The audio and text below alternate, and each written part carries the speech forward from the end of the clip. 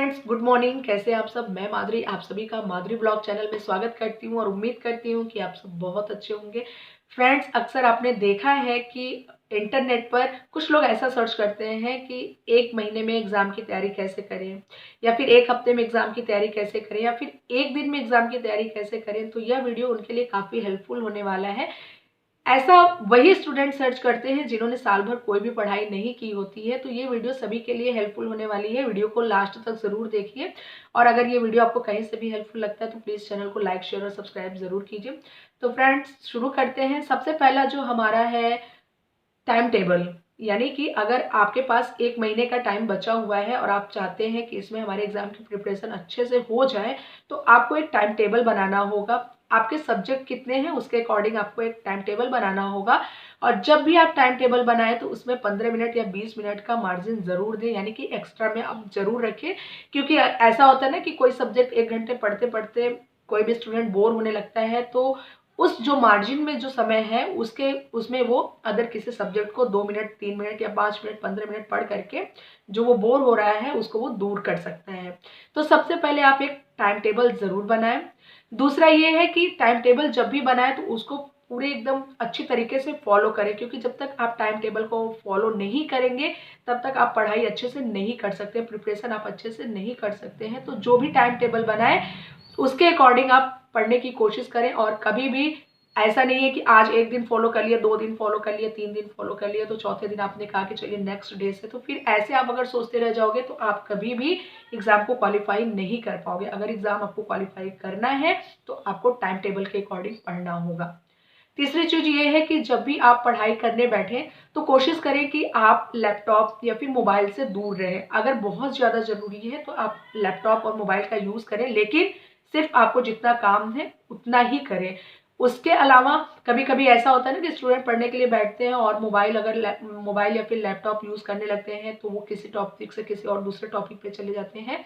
तो ऐसा आपको नहीं करना है। अगर बहुत ज़्यादा इंपॉर्टेंट हो तो ही मोबाइल का प्रयोग करें, वो भी आपको अगर कोई प्रॉब्लम हो रही है, जो भी सब्जेक्ट आप पढ़ रहे हैं उसमें अगर आपको कोई प्रॉब्लम हो रही है और उसको सॉल्व करना है तभी आप मोबाइल या फिर लैपटॉप का प्रयोग करें। अन्यथा आप पढ़ते समय कोशिश करें कि मोबाइल का प्रयोग या फिर लैपटॉप का प्रयोग बिल्कुल भी ना करें।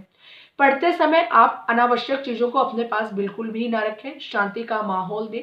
कोशिश करें कि जहाँ भी आप पढ़ाई कर रहे हैं वहाँ पर शांति का माहौल हो। आप किसी ऐसे रूम को सेट कर लीजिए जहाँ पर शोरगुल बिल्कुल भी ना होता हो और आप एकदम शांत मन से पढ़ाई कर सकें। अनावश्यक चीज़ों का मतलब कि आप जब भी पढ़ने बैठें तो सिर्फ आपकी बुक्स, कॉपीज, पेन और पानी की बोतल होनी चाहिए। उसके अलावा आप लैपटॉप या मोबाइल भी रख सकते हैं, लेकिन जब ज़रूरत हो तब, नहीं तो फिर आपका ध्यान इधर से उधर जा सकता है। और कुछ स्टूडेंट ऐसे होते हैं कि पढ़ते समय उनको स्ट्रेस सा लगता है, क्योंकि जब टाइम टेबल फॉलो करते हैं तो 1-2 दिन, 3 दिन उनको ऐसा लगेगा, लेकिन धीरे धीरे जब आप पढ़ाई करने लगते हैं तो टाइम टेबल के अकॉर्डिंग तो आपकी हैबिट हो जाती है और आपका मन पढ़ने में धीरे धीरे लगने लगता है। और कुछ चीज़ें मैं बताने वाली हूँ, जैसे कि अगर आप प्रिपरेशन कर रहे हैं, आपको पिछले ईयर्स के जो भी पेपर है, यानी कि बैक ईयर के जो भी पेपर है उसको अपने साथ रखना है। अगर आपने कोई भी नोटबुक नहीं बनाया है या फिर आपके पास बुक्स अवेलेबल नहीं है तो आजकल इंटरनेट पे बहुत सी ऐसी चीज़ें हैं, सब्जेक्ट के बारे में ऐसे डिटेल्स दिए रहते हैं जिसको आप पढ़ करके उससे नोट बना सकते हैं। और मार्केट में भी वो चीज़ें अवेलेबल हैं, तो आप क्वेश्चंस बैंक्स वगैरह लेकर के उससे तैयारी कर सकते हैं। तो आजकल इंटरनेट में आपको सब कुछ मिलने वाला है, तो आपको कहीं दूर जाने की ज़रूरत नहीं है। वो सारी चीज़ें आपके पास है। आप एक अच्छी सी नोट तैयार कीजिए और उसके अकॉर्डिंग आप डेली प्रिपरेशन करते रहिए।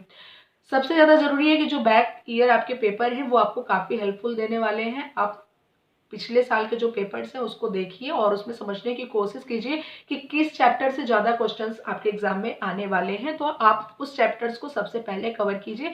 इससे ये होगा कि आपकी जो प्रिपरेशन है वो बहुत अच्छे तरीके से हो पाएगी। चौथी चीज़ मैं आपको बताने वाली हूँ कि आप अपनी राइटिंग पर फोकस ज़रूर कीजिए। जब भी आप कोई चीज़ पढ़ते हैं तो कोशिश कीजिए कि आप पढ़ने के बाद उस चीज़ को लिखने की कोशिश किया कीजिए। इससे ये होगा कि आपकी जो लिखने की स्किल है वो बहुत अच्छी डेवलप होगी। एग्ज़ाम में सिर्फ पढ़ना ही काफ़ी नहीं होता है, लिखना भी बहुत ज़्यादा ज़रूरी होता है। तो पढ़ाई के साथ साथ लिखने की स्पीड भी आपकी होनी चाहिए।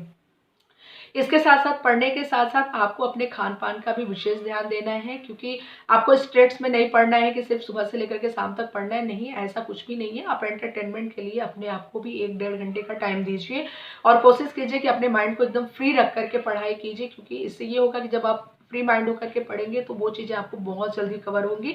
स्ट्रेट्स में आप पढ़ेंगे तो आप पढ़ाई बिल्कुल भी नहीं कर सकते, आपको बहुत ज़्यादा थकान सी लगेगी, हो सकता है आपकी तबीयत भी खराब हो जाए। तो इसलिए आपको स्ट्रेट्स में बिल्कुल भी नहीं पढ़ना है, एकदम फ्री माइंड होकर के पढ़ना है और कोशिश करना है कि आप 1-1.5 घंटे का टाइम बाहर घूमने के लिए, खेलने के लिए भी निकालें, क्योंकि ये बहुत ज़्यादा ज़रूरी है। खान पान पर आपको विशेष ध्यान देना है, खाने में आपको अच्छी चीज़ें ही खाना है, जैसे हरी सब्जियां हो गई।